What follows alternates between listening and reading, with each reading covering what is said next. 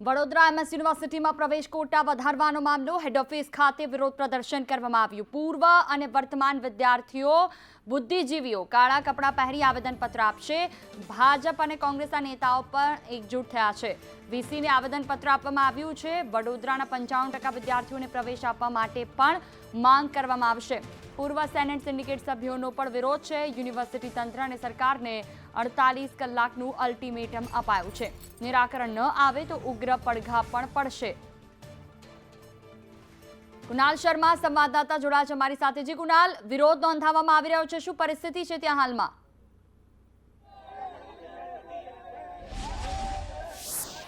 વડોદરાની એમએસ યુનિવર્સિટીમાં પ્રવેશ કોટા વધારવા મામલે પૂર્વ સેનેટ સિન્ડિકેટ સભ્યો, પૂર્વ વિદ્યાર્થી નેતાઓ અહીંયા આવ્યા છે। વીસીને મળવા માટે આવ્યા છે, રજિસ્ટ્રારને મળવું છે, પરંતુ અહીંયા કોઈ અધિકારી હાજર ન હોવાથી આખરે આ તમામ જે આંદોલનકર્તાઓ છે હાલ અહીંયા રોષે ભરાયા છે। હિતેશભાઈ, હજુ તો વીસી અહીંયા આવ્યા પણ નથી, હજુ તો ઘરેથી નીકળે એની વાત છે, તમને જવાબ પણ નથી દેવામાં। ખૂબ જ અન્યાયપૂર્ણ પરિસ્થિતિ છે।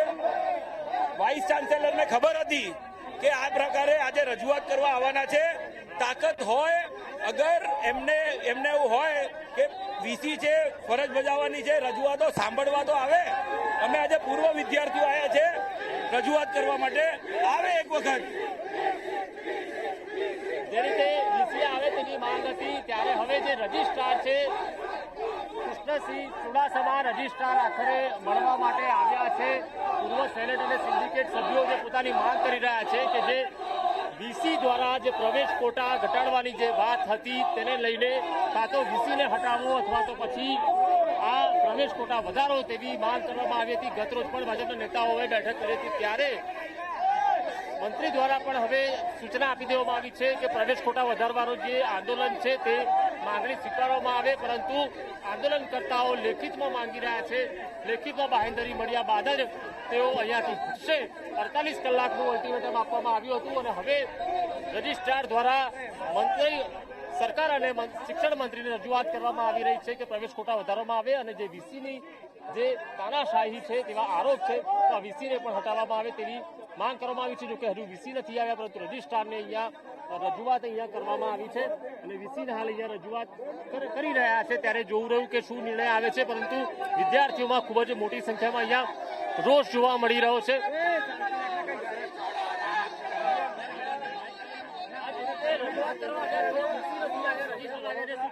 રજિસ્ટ્રાર સાહેબ આવેદનપત્ર સ્વીકારવા માટે આવ્યા છે અને મયંકભાઈ પટેલ એમને આવેદનપત્ર આપી રહ્યા છે। એમએસયુ બચાવ માટે આ શરૂઆત છે, પહેલ છે। આ બચાવ માટે કોઈ બી હદે અમે લોકો જઈશું। 48 કલાકનું અલ્ટિમેટમ આપવામાં આવ્યું છે। 48 કલાકનું અલ્ટિમેટમ અત્યારે પહેલા એ આવેદનપત્ર સ્વીકાર તો વિદ્યાર્થીઓ, નેતાઓ, સાધુ સંતો તમામ લોકો મેદાનમાં છે। આ બાબત ઉપર તો ભાજપ અને કોંગ્રેસ પણ એક થઈને પહોંચી છે વિરોધ કરવા માટે। સંદેશ ન્યૂઝ પર એક્સક્લુઝિવ તસવીરો આપને દર્શાવી રહ્યા। હાલો, આંદોલનકર્તાઓ હજુ પણ પોતાનો રોષ પ્રગટ કરી રહ્યા છે। રજૂઆત બાદ પણ અહીંયા રોષ યથાવત છે। 48 કલાક સુધીનું અલ્ટિમેટમ ને ત્યારબાદ આંદોલન વધુ ઉગ્ર અહીંયા બનશે। તેમની રજૂઆત છે કે વીસી તાનાશાહી કરે છે અને યોગ્ય જવાબ નથી આપતા। આજે વીસી પણ નથી આવ્યા, રજિસ્ટ્રાર મળવા આવ્યા છે। જો આવેદનપત્ર આપવાના હોય અને કાલે પણ વીસીને જાણ કરવામાં આવી, તેમ છતાં પણ વીસી ઉપસ્થિત ન રહેતા રોષ વધુ ભભૂક્યો છે અને માંગ છે કે આ વીસીને હટાવવામાં આવે અને જે પ્રવેશ કોટા છે અહીંયા વધારવામાં આવે। રજિસ્ટ્રાર સાથે વાત કરી છે, રજિસ્ટ્રાર શું કહી રહ્યા છે? રજિસ્ટ્રાર હમણાં એમણે જે આવેદનપત્ર જે લીધું છે અને કીધું અમે વીસી સાથે તમારી વાતો પહોંચાડીશું, પરંતુ જ્યાં સુધી આ વિદ્યાર્થીઓને ન્યાય નહીં મળે ત્યાં સુધી આપણું યુનિયન ક્યારેક પણ પાછું પડવાનું નથી અને એના માટે મેં રજૂઆત કરી છે। ખબર હતી તો અહીંયા રહેવું જોઈએ ને? હા, એટલે વીસી હાજર નથી રહ્યા, એ ડરીને ભાગી ગયા છે। મયંકભાઈ, વીસીને રજૂઆત કરી, વીસી નથી આવે, રજિસ્ટ્રારને કેવું? વીસીને આપવાનું જ નથી, રાજમાતાને આવેદનપત્ર આપવાનું, એટલે સેક્રેટરી તરીકે રજિસ્ટ્રારને જ આપવું જોઈએ ને રજિસ્ટ્રારને આપ્યું છે। રજિસ્ટ્રારને આપ્યું છે।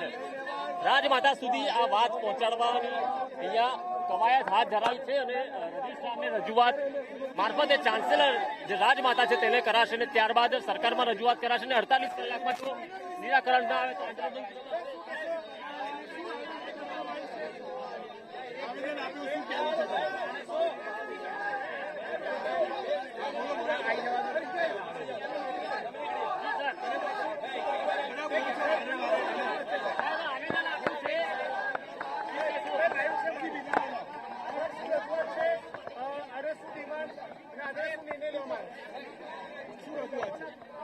રાજા સયાજીરાવ યુનિવર્સિટી ઓફ વડોદરાની અંદર અત્યારે એડમિશન પ્રક્રિયા ચાલુ રહી છે.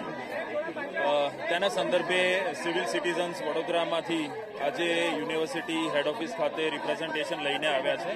મુખ્ય મુદ્દો એ છે કે વડોદરાના વિદ્યાર્થીઓ ને MS યુનિવર્સિટીની અંદર એડમિશનમાં પ્રાધાન્ય મળે. કોઈ આ વખતે રિઝલ્ટ ઘણું ઊંચું હોવાના કારણે થઈને મેરિટ ઘણું ઊંચું ગયું છે, તો ઘણા બધા વિદ્યાર્થીઓ એડમિશનથી વંચિત રહી જાય એવી પોસિબિલિટીને ધ્યાનમાં રાખી અને સિવિલ સિટીઝન્સ, પૂર્વ સિન્ડિકેટ મેમ્બર્સ, પૂર્વ સેનેટ મેમ્બર્સ, વિદ્યાર્થી મિત્રો, એમના પેરેન્ટ્સ સૌ આજે અહીંયા આગળ રિપ્રેઝન્ટેશન કરવા માટે આવ્યા છે. તેમની લાગણી એ છે કે વડોદરાના વિદ્યાર્થીઓને એડમિશન મળી રહે અને વિદ્યાર્થીએ બહાર ક્યાંય ન જવું પડે તે મુખ્ય ચિંતાને લઈ અને આજે અહીંયા આગળ રિપ્રેઝન્ટેશન કરવા માટે આવ્યા છે. તમે શું હવે, કેમ કે તમને આવેદન તો આપી દીધું, રજૂઆત કરી, તમે શું કરશો હવે? સરકાર સુધી વાત જશે કે તમે નિર્ણય લેશો? ગઈકાલે માનનીય MP શ્રી અને તમામ ધારાસભ્યો સાથે યુનિવર્સિટીના હોદ્દેદારોની મિટિંગ થઈ હતી. તેની અંદર હાલ જે પરિસ્થિતિ છે તેની ચર્ચા કર્યા બાદ એવો એક નિર્ણય લેવામાં આવ્યો હતો કે ગત વર્ષે જે એડમિશન ક્રાઇટેરિયા હતા અને ગયા વર્ષે જે એડમિશનની સંખ્યા હતી, જે સીટ્સ હતી, તે સીટ્સને આવરી લેવામાં આવે. અંદાજે એવું થઈ શકે કે આ વખત કરતાં ગઈ વખતે લગભગ 1400 સીટ્સ વધારે હતી, એટલે એ વધારાની એટલી સીટ્સ છે એને આ વર્ષે પણ એડમિશન આપવામાં આવે, એના ઉપર સંમતિ બની હતી. જે કંઈ પણ રજૂઆત આજે આ માધ્યમથી અહીંયા આગળ યુનિવર્સિટીને આવી છે તે ચોક્કસપણે યુનિવર્સિટીના વાઇસ ચાન્સલર તેમજ જે જગ્યાએ સરકારશ્રીનો વિચાર પરામર્શ કરવાનો રહેશે ત્યાં આગળથી પણ એ માર્ગદર્શન લઈ અને જે કંઈ પણ વિદ્યાર્થીના હિતમાં કરવાનું હશે, વડોદરાના વિદ્યાર્થીના હિતમાં, તે કરવા માટે થઈ અને યુનિવર્સિટી પ્રતિબદ્ધ છે. જી, ગયા વર્ષે આનાથી 1400 સંખ્યા વધારે હતી, જેની અંદર વડોદરાના વિદ્યાર્થીઓને એડમિશન મળ્યા હતા. આ વખતે 1400 સંખ્યા ઓછી હતી.